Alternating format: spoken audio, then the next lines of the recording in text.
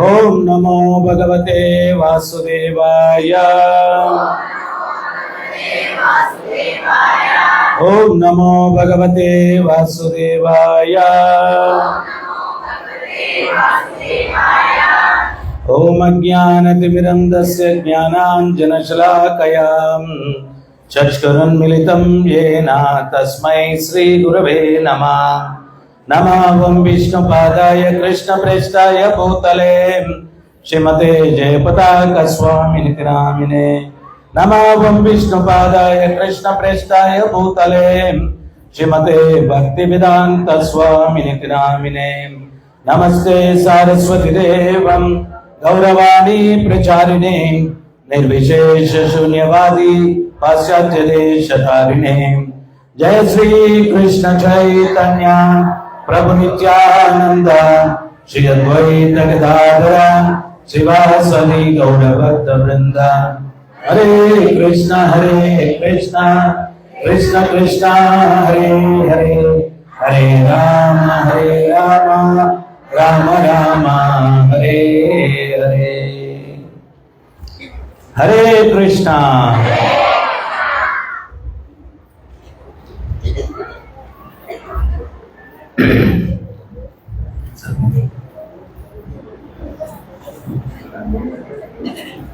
నేను మొట్టమొదటిసారి తాళ్ళపూడికి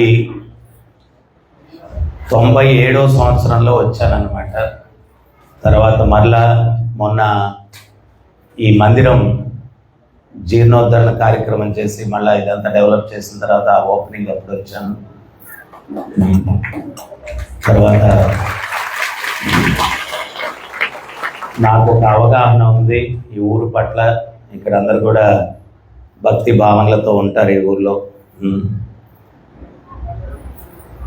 ఈ యొక్క ఇస్కాన్ కార్యక్రమం ఇది 5వ సంవత్సరం వార్షికోత్సవం ఇక్కడ జరుపుకుంటూ ఉన్నాం మనం ఈరోజు. మన భక్తులు మన శ్యామాంగ శ్రీనివాస్ దాస్ గారు వీళ్ళందరూ కూడా రెగ్యులర్గా ఇక్కడికి వచ్చి సత్సంగ కార్యక్రమం ఏర్పాటు చేయడం, మీరందరూ కూడా ఈ యొక్క కృష్ణ చైతన్యాన్ని తీవ్రతతో తీసుకోవడం చాలా సంతోషకరం. ముఖ్యంగా కలియుగంలో భక్తి అంటే ప్రవాహానికి ఎదురీత. కలియుగంలో ఏంటి అంటే భౌతిక విషయాల పట్ల ఎక్కువ ఆసక్తి చూపిస్తూ ఉంటారు, ఆధ్యాత్మికం అంటే చాలా తక్కువ. 580 సంవత్సరాల క్రిందట అద్వైతాచార్య అని చెప్పి ఆయన వెస్ట్ బెంగాల్లో సాక్షాత్తు మహావిష్ణువు యొక్క అంశగా ఆయన చెప్తారు. ఆయన అవతరించి అప్పట్లో పిచ్చి పరాకాష్ఠలో ఉందంట బెంగాల్లో. డబ్బు ఎక్కువ ఉంటే 2 కుక్కలకి పెళ్ళిళ్ళు జరిపించి విందులు చేసేది, పిచ్చి పిచ్చి వ్యవహారాలన్నీ చేస్తాం. అప్పుడు ఆయన భగవంతుడిని వేడుకున్నాడంట. సాక్షాత్తు ఆ కృష్ణుడే గోలోక బృందావనం నుంచి వచ్చి ఈ యుగధర్మమైనటువంటి సంకీర్తన ఉద్యమాన్ని ప్రారంభిస్తే కానీ ఈ పిచ్చి జనాలు మరలా ఆధ్యాత్మికతలోకి రారు అని చెప్పి ఆయన ప్రతినిత్యం కూడా ఆ కృష్ణుడు స్వయంగా అవతరించాలని ప్రార్థన చేస్తూ ఉన్నారు. వైకుంఠంలో కూడా గోలోక బృందావనంలో ద్వారకలో ఒకసారి రుక్మిణీదేవి కృష్ణుని యొక్క పాదాలు ఒత్తుతూ ఒక సందేహం వ్యక్తపరిచిందంట. ఏమని అంటే, మిమ్మల్ని అందరూ పూర్ణ పురుషోత్తముడు అంటారు, అన్నీ అనుభవించిన వారు పూర్ణ పురుషోత్తములు, మీరు అనుభవించింది ఒకటి ఉంది స్వామి అనిందండి. కృష్ణుడు ఆశ్చర్యంగా అదేంటి దేవి అన్నాడండి. భక్తుడు స్వయంగా మీకోసం ఎట్లా పరితాపం చెందుతాడో ఆ పరితాపాన్ని మీరు స్వయంగా అనుభవించలేదు కదా, అదొక్క కొరత ఉంది అనిందండి. అప్పుడు స్వామిలో కృష్ణుడిలో సంకల్పం కలిగిందంట, నేను ఒక భక్తావతారిగా అవతరించాలా అని చెప్పి. ఆ సంకల్పం యొక్క రూపమే శ్రీకృష్ణ చైతన్య మహాప్రభు అన్నమాట. ఆయన వెస్ట్ బెంగాల్లో మాయాపూర్లో ఆయన అవతరించారు. ఆయన పుట్టినప్పటి నుంచి ఆయన అవతార రహస్యాన్ని తెలియపరిచారనమాట. ఆయన పుట్టిన తర్వాత ఏడ్చేవారంట. ఎవరు వచ్చి సముదాయించినా కానీ ఏడుపు మానేవాళ్ళు కాదు. ఎప్పుడైతే వాళ్ళు హరి బోల్ హరి బోల్ హరే కృష్ణ అని చెప్పి నామం చేస్తారో అప్పుడు ఆయన ఏడుపు ఆపేసేవారు. అంటే చిన్న పిల్లవాడుగా అవతరించిన దగ్గర నుంచి నామ సంకీర్తనను ఆయన ప్రచారం చేశారు చైతన్య మహాప్రభు. అప్పుడు వారి తల్లిగారు సచీమాత ఆ చుట్టుపక్కల ఉన్నటువంటి స్త్రీలందరికీ కూడా బృందాలుగా ఏర్పాటు చేశారంట. ఒక బృందం 2 గంటల సేపు భజన, ఇంకో బృందం 4 గంటల సేపు భజన, అట్లాగా వాళ్ళందరూ వచ్చి బృందాలుగా కూర్చొని సంకీర్తన చేస్తే అప్పుడు మహాప్రభు ఏడవకుండా ఆయన నవ్వుతూ ఉండేవారు. పొరపాటున కీర్తన ఆగిపోయింది అంటే మళ్ళీ ఏడు. అంటే ఈ యుగధర్మం శాస్త్రాలు ఏం చెప్తున్నాయి? కృతేయ ధ్యాయతో విష్ణుం త్రేతాయ జగతో మకై ద్వాపరే పరిచర్యస్య కలౌ తత్తరి కీర్తన. సత్యయుగంలో తపస్సులు, త్రేతాయుగంలో యజ్ఞ యాగాదులు, ద్వాపర యుగంలో విగ్రహారాధన, కలియుగంలో నామ సంకీర్తన. ఆ నామ సంకీర్తనను ఆయన ప్రారంభించడం కోసం సాక్షాత్తు మహాప్రభు అక్కడ అవతరించారు. కృష్ణుడే స్వయంగా ఆయన అవతరించి ఈ సంకీర్తన ఉద్యమాన్ని ప్రారంభించి ఆయన ఒక భవిష్యవాణి చెప్పారు. ఏమని చెప్పారు అంటే, నేను దీన్ని ప్రారంభించాను, నా సేనాధ్యక్షులు ఒకరు వస్తారు, ఈ సంకీర్తన ఉద్యమాన్ని కేవలం భారతదేశానికే కాదు ప్రపంచమంతా కూడా విస్తరింపజేస్తారు అని చెప్పి భవిష్యవాణి చెప్పారు చైతన్య మహాప్రభు. ఆయన చెప్పిన భవిష్యవాణి ప్రకారం ఆ సేనాధ్యక్షుడు ఎవరయ్యా అంటే ఇస్కాన్ సంస్థాపకాచార్యులు అభయ చరణారవింద భక్తి వేదాంత స్వామి ప్రభుపాదుల వారు. ఆ చిత్రపటంలో ఉన్నారు వారన్నమాట. వారి గురువు గారైనటువంటి భక్తి సిద్ధాంత సరస్వతి గోస్వామి వారితోటి ఆయన 21 సంవత్సరాల వయసు ఉన్నప్పుడు కలిశారు. ఆయన ఏమన్నారంటే, మీరందరూ యువకులు ఈ యొక్క సనాతన ధర్మాన్ని తీవ్రంగా తీసుకోవాలా, మీరు దీన్ని పాటిస్తూ ప్రపంచానికి దీన్ని ప్రచారం చేయాలి. అమెరికా ఏం చేస్తే మనం అది చేస్తున్నాం. ఇప్పుడు పులిని చూసి నక్క వాతలు పెట్టుకున్నట్టు వాళ్ళు వదిలేసిన చెత్త అంతా మన్నెత్తినేసుకుంటూ ఉన్నాం. వాళ్ళందరూ ఇప్పుడు ఏంటి అంటే ఈ చెత్త భౌతికమైనటువంటి జీవిత విధానం అంతా విసిగి వేసారిపోయి దాన్ని వదిలేసి భక్తిలోకి వస్తున్నారు. నేను మొన్న కుంభమేళాకి వెళ్ళాను స్నానం చేయడానికి. ఎంతమంది పాశ్చాత్యులు, వేల మంది పాశ్చాత్యులు. వాళ్ళు ఆ ఎయిర్పోర్ట్లో కూర్చున్నా ఎక్కడ కూర్చున్నా వాళ్ళు భక్తి గురించి మాట్లాడుకుంటున్నారు. మనవాళ్ళు ఏం చేస్తున్నారు తెలుసా? ఎక్కడ కూర్చున్నా సెల్ ఫోన్ పెట్టుకొని కూర్చొని ఉన్నారు. రామేశ్వరం పోయినా శనేశ్వరం పోనట్టు. వాళ్ళేమో పాశ్చాత్యులు వచ్చి భక్తి గురించి, వైరాగ్యం గురించి, రాముడి గురించి, కృష్ణుడి గురించి ఇవి చర్చిస్తూ ఉంటే మనోళ్ళు ఎక్కడ చూసినా కానీ వాళ్ళు స్నానం చేయడానికి పోతూ ఉన్నా, ఎక్కడ పోతూ ఉన్నా ఫోన్లలో కూర్చొని ఉన్నారు. వాళ్ళు అవన్నీ వదిరా బాబు అని వదిలేశారు. మనం దాన్ని నెత్తినేసుకొని ఆనందపడిపోతా ఉన్నాం. సో భక్తి సిద్ధాంత సరస్వతి గోస్వామి మహారాజుల వారు చెప్పారు స్వామి ప్రభుపాదుల వారికి. ఏమని చెప్పారంటే, మీరు పాశ్చాత్య దేశాలకు వెళ్ళండి, అక్కడ వాళ్ళు మన సనాతన ధర్మాన్ని పాటించేటట్టు చేయండి. ఈయన పాపం 21 సంవత్సరం నుంచి ప్రయత్నం చేశారు. ఎంతో కష్టపడ్డారు. ఆయన దగ్గర ఒక 48 సంవత్సరాలు భారతదేశంలో ప్రచారం చేస్తే ఒక్క శిష్యుడు కూడా దొరకలేదు. ఆయన ఒక్క శిష్యుడు ఝాన్సీలోనో ఎక్కడ దొరికాడంట. అతను కూడా పారిపోయాడు. ఎంత కష్టపడ్డాడంటే భగవద్ దర్శనం అన్నటువంటి మ్యాగజైన్ ప్రింట్ చేసుకొని ఆయన వాటిని వితరణ చేయడానికి పోతూ ఉంటే ఒక ఎద్దు ఆయన్ని కుమ్మేస్తుంది అన్నమాట. ఆర్థికంగా వ్యాపారం నష్టమైపోయింది. తర్వాత భార్య పిల్లలు మాట వినలేదు. భార్య ఏం చేసింది అంటే, ఈయన భాగవతం రాస్తే దాన్ని చిత్తు కాగితాల్లాగా అమ్మేసింది అనమాట. చిత్తు కాగితాల్లాగా అమ్మేసింది. కాగితాలు అమ్మే వాళ్ళు వస్తారు కదా, వాళ్ళకి అమ్మేసింది బాబు. అంటే ఇవన్నీ జరగాల. ప్రతి ఆచార్యుడు రామానుజాచార్యుల వారి భార్య గారు కూడా మాట వినలేదు. భార్యలు మాట వింటే వీళ్ళు భక్తిలోకి రాదు.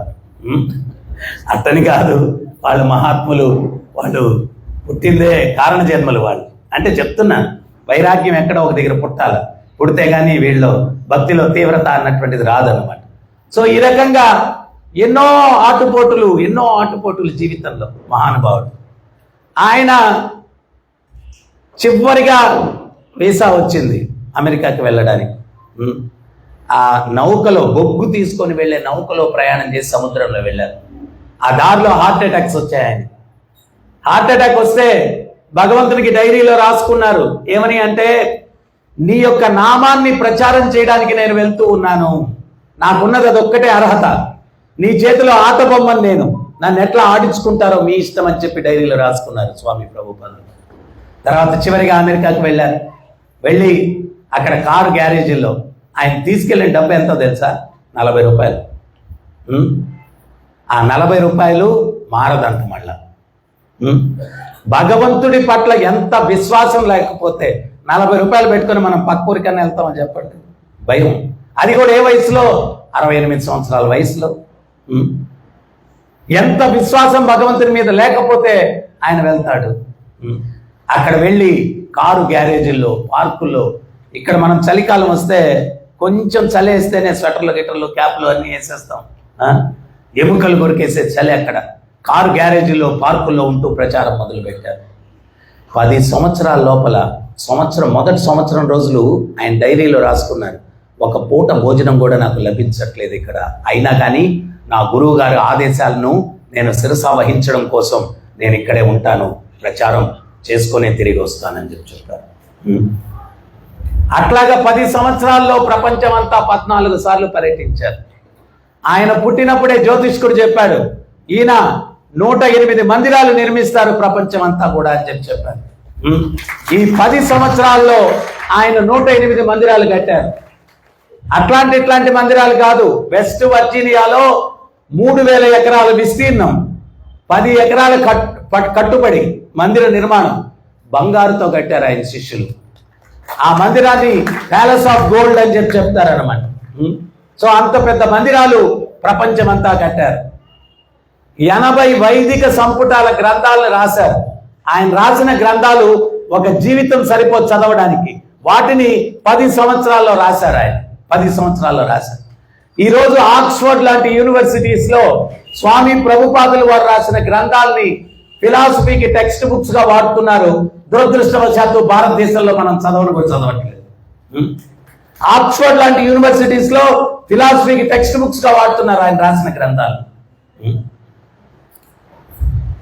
ఒకరోజు ఆయన న్యూయార్క్ లో ఉపన్యాసం ఇచ్చిన తర్వాత ఒక వ్యక్తి లేచి అడిగాడు, గురువుగారు, భారతదేశం నుంచి వచ్చిన సాధువులు ఏదో ఒక మ్యాజిక్ చేస్తారు, మీరేం చేయలేదే అన్నారు. అప్పుడు స్వామి ప్రభుపాదులు అని చెప్పారు, నేను చేసిన మ్యాజిక్ సృష్టిలో ఇంతవరకు ఎవరు చేయలేదన్నా, మేము చూడలేదే అన్నారు. అప్పుడు నవ్వుతూ ఆయన చెప్పాడు, నా ముందు కొన్ని వేల మంది అమెరికన్లు, యూరోపియన్లు మీరు కూర్చొని ఉన్నారు, మీకు బోడి కొట్టి పిలక పెట్టి కట్టు బొట్టు నడవరికి రాక్షసు లాంటి మిమ్మల్ని సాధువులు చేశాను, ఇంతకన్నా మ్యాజిక్ ఏముంటుంది? ఇంతకన్నా మ్యాజిక్ ఏముంటుంది? రాక్షసులు లాంటి మిమ్మల్ని సాధువులు చేశారు. ఈరోజు మనుషుల్ని మార్చడం అంత చిన్న విషయం కాదు. ఎవడో ఒక భక్తుడు భిక్షాటనకి వెళ్ళాడంట. దేనికి భిక్షాటన అంటే తీర్థయాత్రలకు వెళ్ళడానికి. ఇంతకు ముందు రోజుల్లో తీర్థయాత్రకు వెళ్ళేటప్పుడు డబ్బు ఉన్నా కానీ భిక్షాటన చేసేవాడు. దేనికంటే అహం చంపుకునే దానికోసం, అహంకారాన్ని చంపుకునేదానికి. ఆ భిక్ష ఇచ్చిన వ్యక్తులు కూడా తీర్థయాత్ర ఫలం దక్కాలా అనేటువంటి ఉద్దేశంతో భిక్షాటనకి వెళ్ళేవాడు. అతను భిక్షాటనకి వెళ్తే ఒక దుకాణానికి వెళ్ళాడు. దుకాణానికి వెళ్తే ఆ దుకాణం యజమాని చాలా చాలా పిసినారోడంట, పిల్లికి కూడా బిచ్చం పెట్టడంట. వాళ్ళ కొడుకు బయట ఉన్నాడు. బయట ఉండి, బాలేటోడి దగ్గరికి వచ్చారా భిక్ష కోసం, మా నాన్నగారు చాలా గొప్పోడు, పిల్లికి కూడా బిచ్చం పెట్టడు, అటువంటి ఆయన దగ్గరికి వచ్చారు అని చెప్తూ ఆ పిల్లవాడికి ఒక ఆలోచన వచ్చిందంట. ఏమనంటే, ఎంతసేపు వ్యాపారం వ్యాపారం వ్యాపారం అని చెప్పి మా నాన్నగారు పడి చచ్చారు జీవితం అంతా, ఏదో తీర్థయాత్రలకు వెళ్తే చివరి దశలో పుణ్యమన్నా వస్తుంది, ఈ భక్తుడు ఎట్టాగ వెళ్తున్నాడు కదా, ఆయనకి తోడు చేసి పంపిద్దామని చెప్పి నాన్నగారు మీరు కొంచెం ఇంతోటి భిక్షాటనకి వెళ్ళండి, తీర్థయాత్రలకు వెళ్ళండి అని చెప్పాడు. ఏయ్, తీర్థయాత్రలకు వెళ్తే ఏంట్రా వ్యాపారం సంగతి ఏంటి అన్నాడంట. నేను కడియంలో ఒక ఆయన 83 సంవత్సరాలు అని చెప్పాడు ఆయన నేను కలిసినప్పుడు. అప్పుడప్పుడు గుడికి రండి, సత్సంగానికి రండి అంటే, స్వామి అప్పుడే కాదు స్వామి, నేను ఇప్పుడు వస్తే పిల్లకాయల కాంపిటీషన్ తట్టుకోలేరు అని చెప్పి అన్నాడు. ఒక తర్వాత ఒక సంవత్సరానికి లేడు ఆయన. 83 సంవత్సరాలు అప్పుడు చెప్తే అప్పుడే కాదంట, ఇంకెప్పుడు మరి లేడు, లేట్. సో రే వ్యాపారం ఎట్రా అన్నాడు. అప్పుడు సరే ఎట్లో నచ్చ చెప్పాడు, నేను చూసుకుంటాను, నష్టం రానీను, అది ఇదని నచ్చ చెప్పి తర్వాత తండ్రిని పంపించాడు. పంపిస్తే ఎక్కడికి వెళ్ళినా కానీ మనోడు ఎంత గొప్ప క్షేత్రమైనా కానీ రాయిలాగా ఉన్నాడంట. ఏమి దర్శనాలు కానీ అక్కడ భజనలు ప్రవచనాలు ఏం జరిగినా కానీ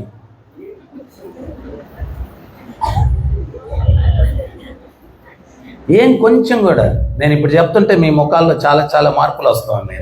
నవ్వుతున్నారు, అది ఇది అన్ని రకాల హావభావాలు ఉన్నాయి, కానీ వాళ్ళలో ఏం లేదు. ఇట్టే ఉన్నాడంట. ఒరే ఇదేంటి వీడు బండరాయి ఉన్నట్టున్నాడు అనుకున్నాడంట. లాస్ట్ కాశీకి వెళ్ళారంట. కాశీకి వెళ్తే ఆ కాశీ విశ్వనాథుని చూసిన తర్వాత కూడా అంతే, ఏం లేదు, ఏం చలనం లేదు.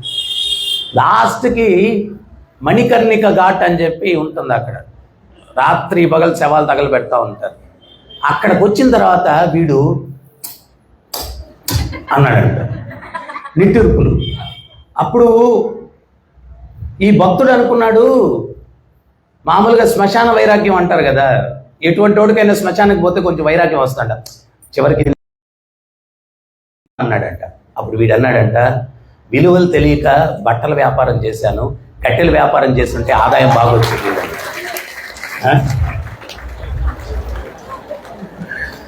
నేను ఈ కథ ఎందుకు చెప్పానంటే, స్వామి ప్రభుపాదుల వారు అమెరికాకి వెళ్ళి అమెరికన్లను ఆఫ్రికన్లను అందరినీ అన్ని దేశాలను మార్చారు అంటే మీరు అనుకోవచ్చు అబ్బా అదేం పెద్ద పని అనుకోవచ్చు. అమ్మ అంత సామాన్యం కాదు. వీడు ఎన్ని పూర్తి తీర్థయాత్రలు ఇవన్నీ కూడా తిరిగేసి క్లాస్ మధ్యలో నీళ్లు గీళ్ళు డిస్టర్బ్ అవుతుంది, తర్వాత వచ్చే గంట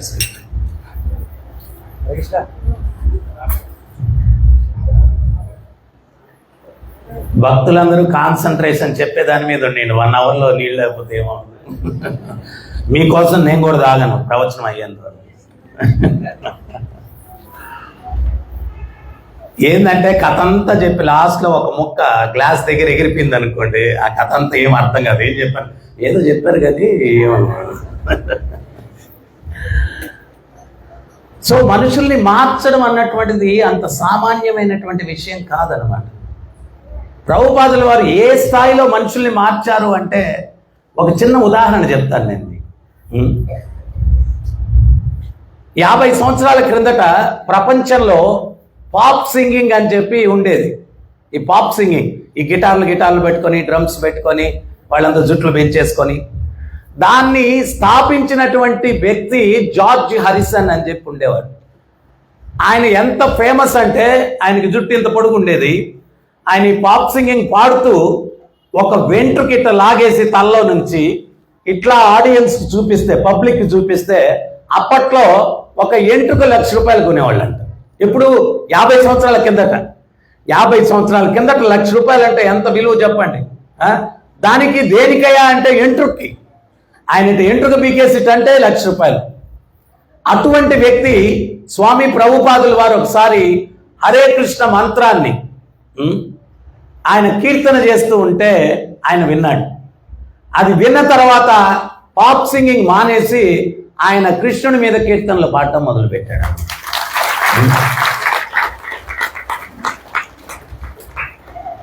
కృష్ణుని మీద కీర్తనలు ఒక ఆల్బమ్ ఒకటి తయారు చేశాడు, ఓ మై స్వీట్ లార్డ్ అని చెప్పి. కృష్ణుని మీద అంటే ఎంతో తీయని నా తండ్రి అని చెప్పి భగవంతుడు కృష్ణుని మీద ఒక పాటల క్యాసెట్ ఒకటి తయారు చేశాడు. అది ప్రపంచమంతా కూడా బ్లాక్ బస్టర్ అనమాట. ప్రతి దగ్గర ఆ క్యాసెట్ కొని, ఈ రోజుకి కూడా దానికి ఎంతో డబ్బులు వస్తుంటాయంట. ఆ క్యాసెట్ అంత ప్రాచుర్యం చెందింది ఆ యొక్క పాటలు. అన్యమతస్థుడు ఒక ఆయన ఇతను మన మతంలో పుట్టి వేరే దేవుణ్ణి పొగుడుతున్నాడని చెప్పి అసూయతోటి ఒకరోజు ఆయన గార్డెన్లో పని చేసుకుంటూ ఉంటే ఉదయంతో కత్తి తీసుకొని వచ్చి ఆయన పొడి చేశారు. ఆ జార్జ్ హ్యారిసన్ పొడి చేస్తే మనం ఎవరైనా ఆ కండిషన్లో ఉంటే మన నుంచి రెస్పాన్స్ ఎట్టుంటుంది? ఒరే అంబులెన్స్ పిలవండిరా, ఎవడో పొడి చేశాడురా. ఇది ఆయన ఏం చేశాడో తెలుసా? వాళ్ళు పొడి చేస్తే నేరుగా ఆయన రూమ్లోకి వెళ్ళిపోయి జపమాల తీసుకొని హరే కృష్ణ హరే కృష్ణ కృష్ణ కృష్ణ హరే హరే హరే రామ రామ రామ హరే హరే జపమాల తీసుకొని జపం చేయడం మొదలుపెట్టారు. ఆయన్ని హాస్పిటల్కి తీసుకెళ్లారు, హాస్పిటల్ అడ్మిట్ చేశారు. ఆపరేషన్ అయిన తర్వాత ఆయన యొక్క అసిస్టెంట్లు వచ్చి, ఏమండి మిమ్మల్ని అట్లా కత్తితో పొడి చేస్తే మిమ్మల్ని మీరు కాపాడుకోవాల్సింది పోనిచ్చి అదేందో మాల పట్టుకొని హరే కృష్ణ అని చెప్పి చేస్తున్నారు, అదేంటండి మిమ్మల్ని కాపాడుకునే ప్రయత్నం చేయలేదేంటి అన్నాడు. అప్పుడు ఆయన ఏమన్నాడంటే, నన్ను కాపాడుకునే ప్రయత్నమే చేశాను నేను. మా గురువు గారు ప్రభుపాదులు వారు చెప్పారు, అంత్యకాలే నారాయణ స్మృతి అని. అంత్యకాలంలో ఎవరైతే కృష్ణ రామ గోవింద అని శరీరాన్ని వదిలిపెడతారో వాడికి మోక్షం వస్తుందని గురువు గారు చెప్పారు. వాడు పొడి చేశాడు కదా, పొరపాటున నేను పోతే నన్ను కాపాడుకోవాలి, మోక్షం తెచ్చుకోవాలా అంటే మంత్రం జపించాలని నన్ను కాపాడుకునే ప్రయత్నమే చేశాను, మంత్రాన్ని నేను జపించాను అని చెప్పారు. సో ఈ రకంగా ఇటువంటి వ్యక్తులను స్వామి ప్రభుపాదులు వారు తయారు చేశారు ప్రపంచవ్యాప్తంగా. మనం ఈరోజు నెత్తి నోరు కొట్టుకొని ఆధ్యాత్మికతకి రండిరా నాయన, సత్సంగాల్లో పాల్గొనండి నాయన, ఇది మీకు చాలా శాంతిని చేకూరుస్తుంది, ఇవన్నీ చెప్తా ఉంటే ఎవడిండు? అదే టెక్నాలజీ అంతా ఇంత పెరిగిపోతే భక్తి గిక్తి ఎందుకండి మాకు? భలేవాళ్ళే మీరు.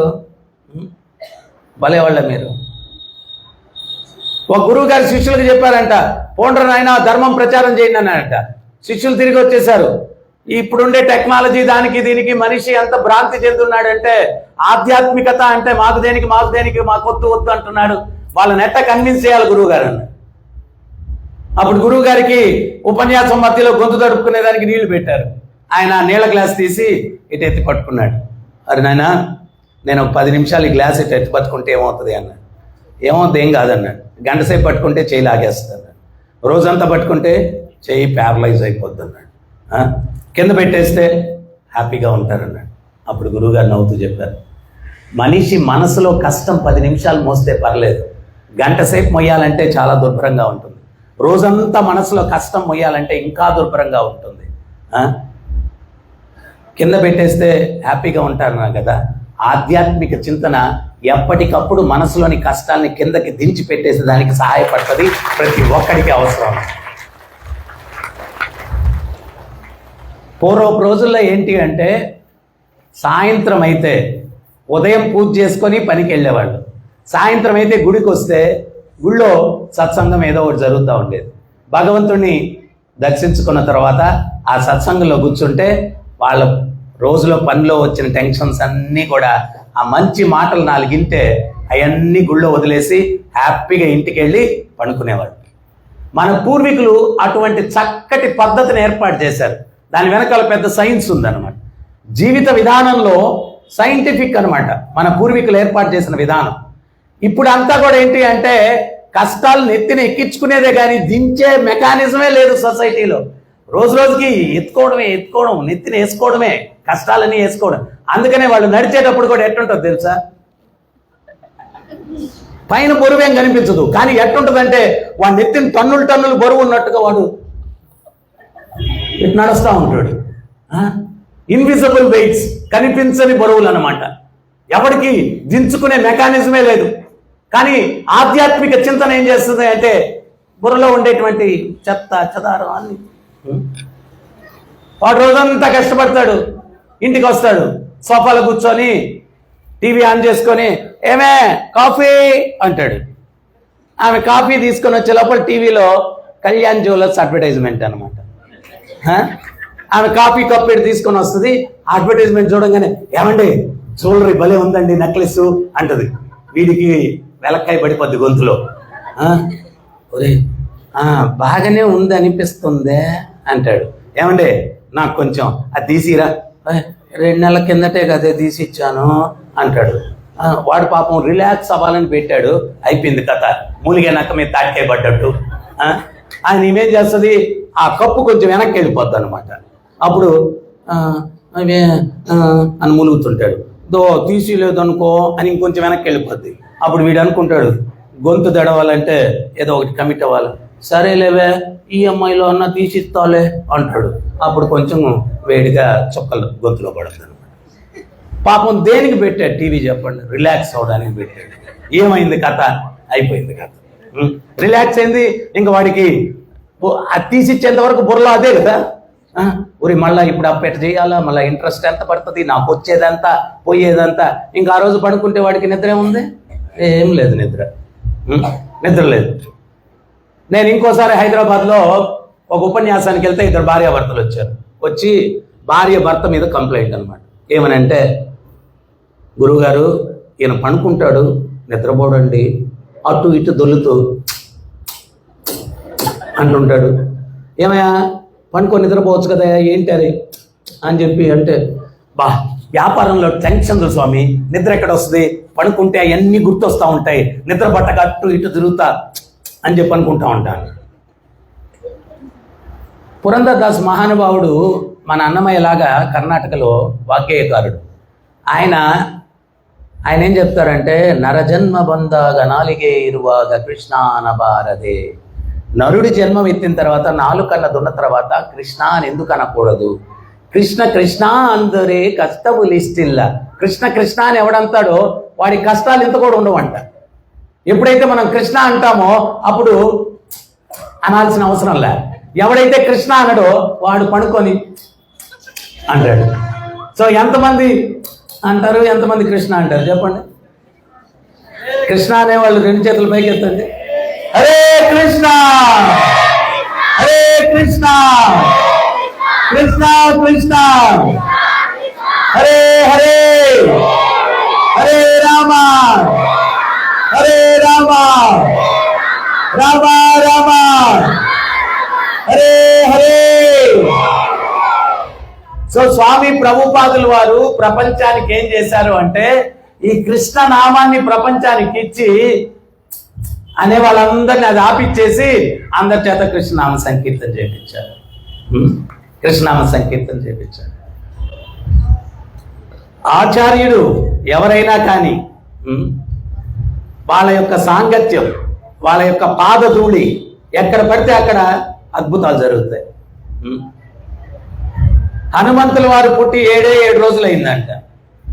అంజనాదేవి చక్కగా స్నానం చేయించి అలంకరణ చేస్తుందంట కుమారుడికి. ఉన్నటువంటి మంచి కీర్తన వినిపించిందంట.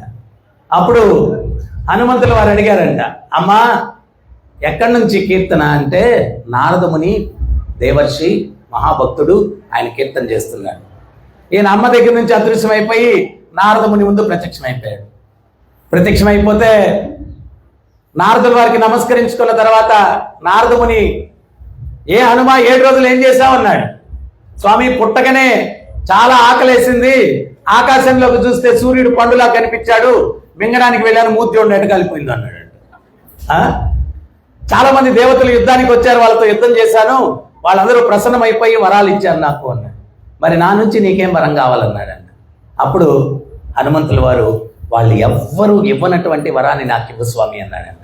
అప్పుడు సదా హరిని కీర్తిస్తూ ఉండు అని చెప్పి ఆశీర్వచనం చేశాడు నారదుల వారు. ఎప్పుడైతే ఆయన అట్లా ఆశీర్వచనం చేశాడో ఈయనేం చేశాడు, రఘుపతి రాగ మంచి కథ చెప్తా మధ్యలో కీర్తన అంటే, చాలా మంది నిద్రపోతున్నారా, అందుకని వాళ్ళు లేపడానికి.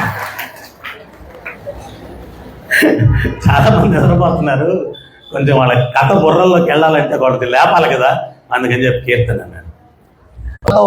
నిండినటువంటి హృదయాలతో ఆ హరికీర్తన చేస్తే ఎంతో మధురంగా ఉంటుంది. అటువంటిది మహానుభావుడు సాక్షాత్తు ఆ శ్రీహరి చరణారవిందములను నమ్ముకొని ఆయన జీవించేటువంటి హనుమంతుడు ఆయన కీర్తన చేస్తే ఎంత మధురంగా ఉండుంటుంది.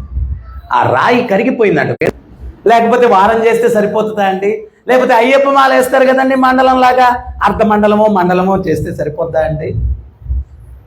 ఒకటి అర్థం చేసుకోవాలండి, ఏంటంటేనండి, మనం నామం చేసినంత వరకు ఈ రాతి హృదయం కాస్త ఆ రాయి కరిగింది కదా, అట్లా కరిగి ఉంటుందండి, మెత్తగా తయారవు తెప్పించేస్తా ఉన్నాడు. ఈ లోపల అంజనాదేవి చూసి ఏ హనుమా ఏం చేస్తున్నావు నువ్వు అనింది. నారదుల వారి దగ్గరికి వచ్చి నమస్కరించుకుంది. నారదుల వారు జరిగింది చెప్పారు. సాధువులతో ఇట్లా వెటకారాలు ఆడచ్చా, వేళకోళాలు ఆడచ్చా, ఏంటి నువ్వు చేసే పని, తప్పు కదా అనింది. అప్పుడు హనుమంతుల వారు వినమ్రతంగా ఉన్నాయి. రష్యాలో కమ్యూనిస్టు దేశం, అక్కడ స్వామి ప్రభుపాదుల వారు ప్రచారానికి వెళ్తే 3 రోజులు వీసా ఇచ్చారు.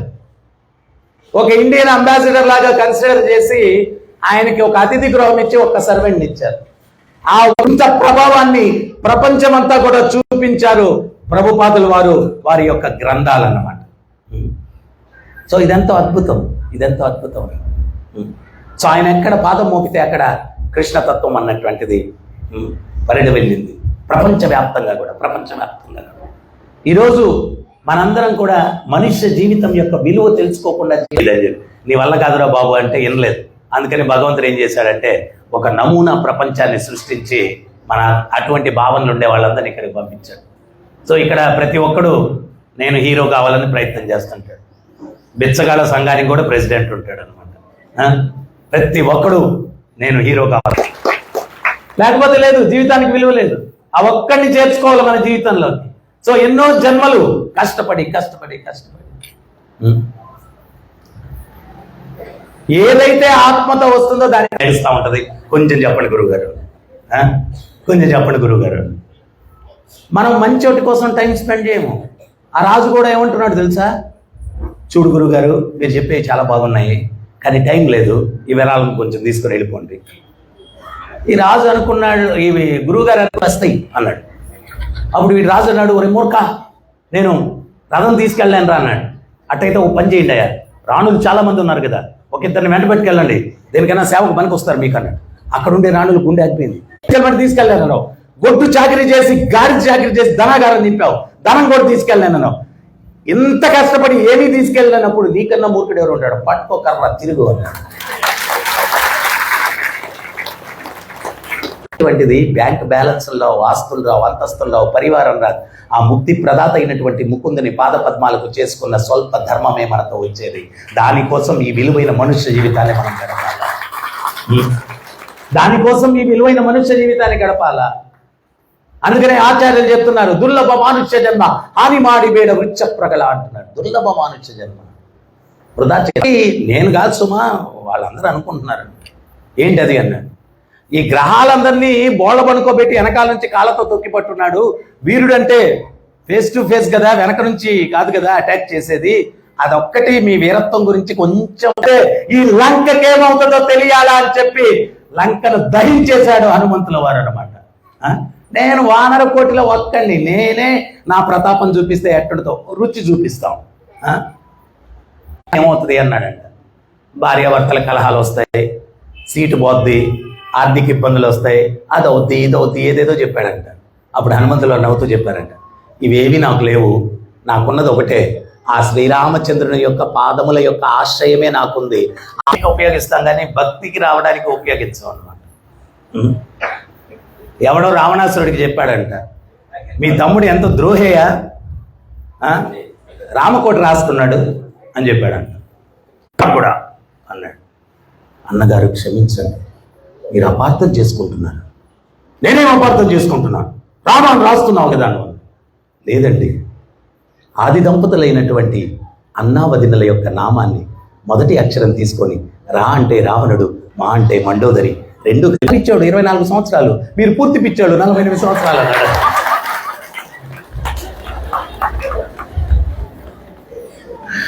మన తెలివితేటలంతా చావు తెలివితేటలు. ఎటువంటి తెలివితేటలు ఉండాలంటే, యోగులు కొన్ని వేల సంవత్సరాలు తపస్సు చేస్తే భగవంతుడు దర్శనం అవ్వదు. నేను ఒక నావికుణ్ణి, సామాన్యమైన నావికుణ్ణి.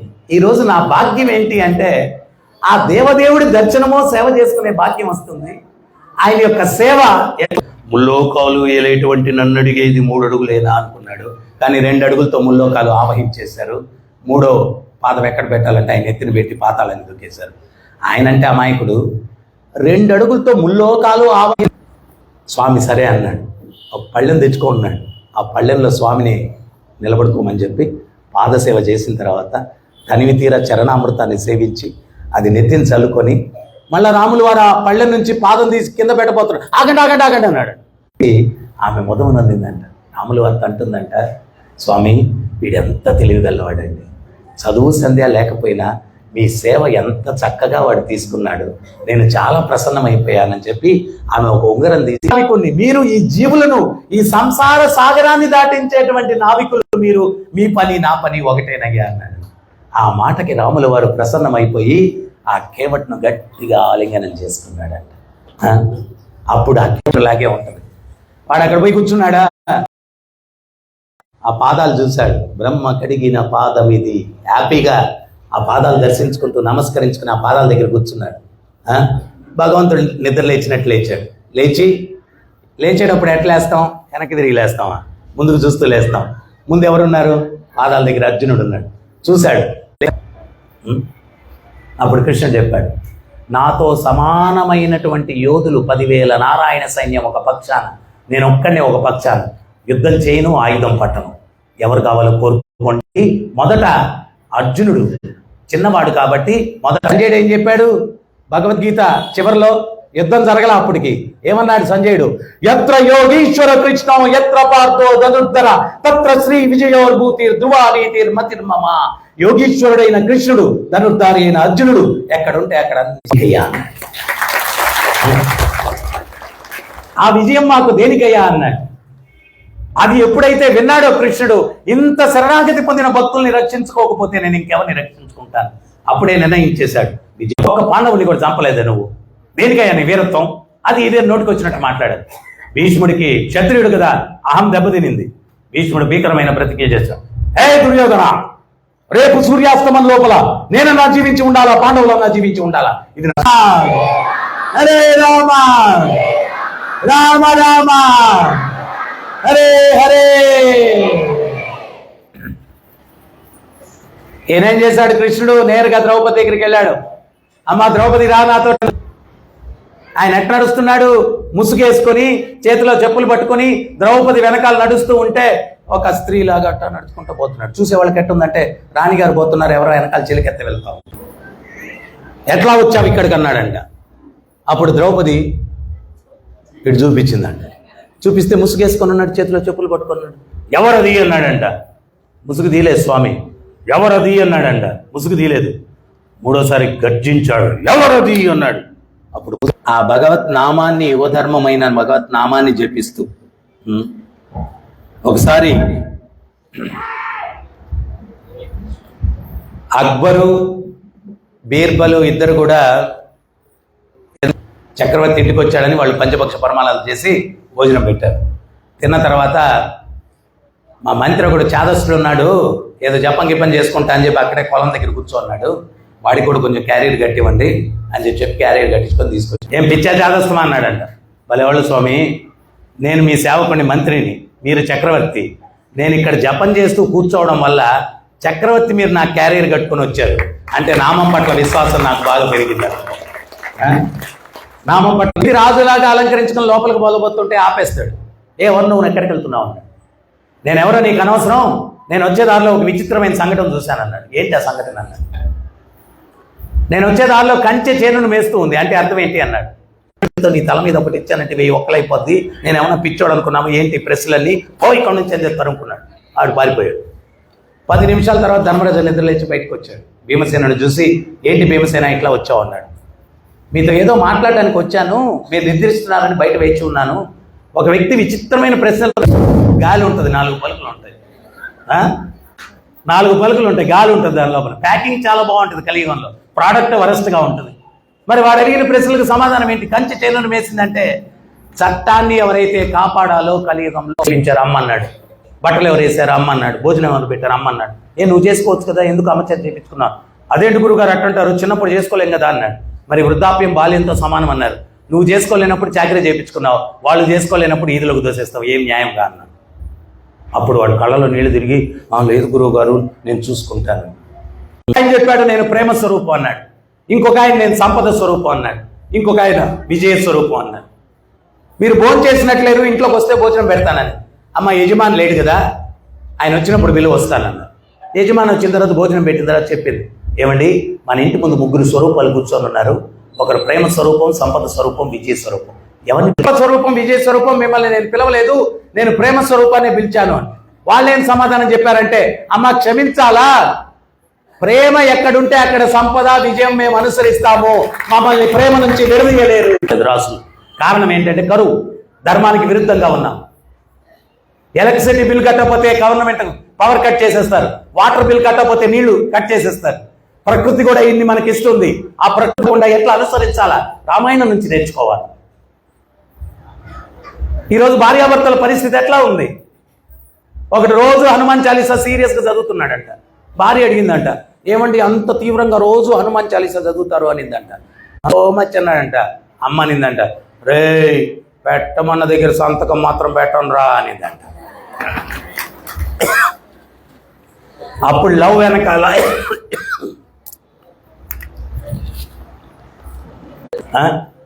ఇట్లాగే ఆరోగ్యం చెడుకుంటావు, నాకంటే క్యాంపు తినుండొచ్చు కదా అని చెప్పండి. ఆమె ఏం మాట్లాడకుండా ఆయనకు భోజనం పెట్టి అప్పుడు ఆమె తిని పడుకునేది. ఇప్పుడు 3 తాళాలు ఉంటాయి ఇంట్లో.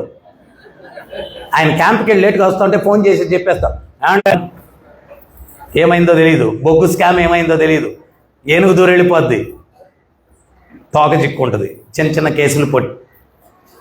ఒకసారి నేను పెద్ద ప్రోగ్రాంలో పోలీస్ బందోబస్తు వచ్చిన్నారు. ఈ కథ చెప్పిన తర్వాత పోలీస్ అంతా వచ్చేసి, గురుగారు ఏనుగు కథ భలే నచ్చిందండి మాకు అన్నాడు. ఏమయ్యా అంత బాగా నచ్చిందని? మేము చేసేది అదే కదండి, ఎవడన్నా పెద్ద కల్చర్ తోటి. ఎంతో గొప్ప సంస్కృతి ఈ భరత భూమిలో ఉంది. దానికి కారణం ఏంటి అంటే స్త్రీ పురుషులు విచ్చలవిడిగా తిరగడం. 12-13 సంవత్సరాల పిల్లలంతా గర్భిణులు అవుతున్నారంట అమెరికాలో. తండ్రి ఎవడో తెలియదు, ఏం చేయాలి, నీడ ఎప్పుడైనా కానీ విడిపోతుందా అని చెప్పింది అన్నమాట. రాముడి యొక్క సీత, సీత నీడ ఎప్పుడైనా విడిపోతుందా వ్యక్తి నుంచి చెప్పండి? అట్లా విడిపోయేటట్టుంటే నేను ఉండిపోతాను. అంత గొప్పగా జీవించాను. అది ఆదర్శం మనం తీసుకోవాల్సింది.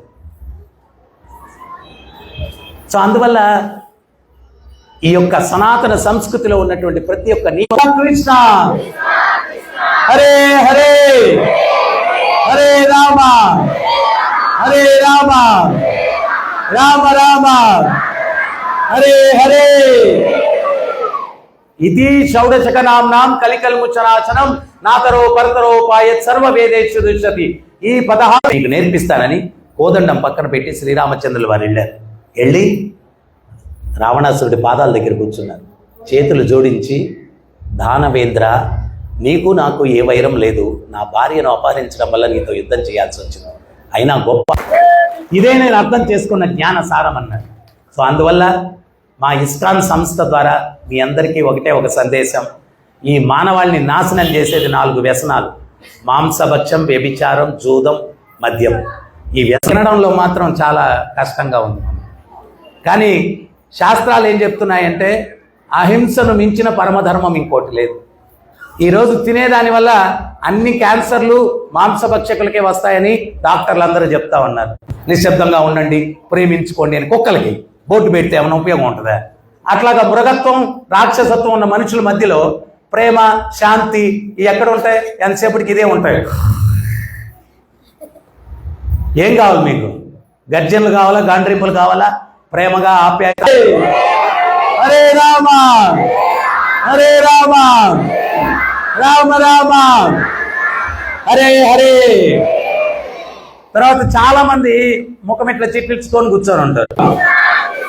హరే హరే హరే రామ హరే రామ రామ రామ హరే హరే.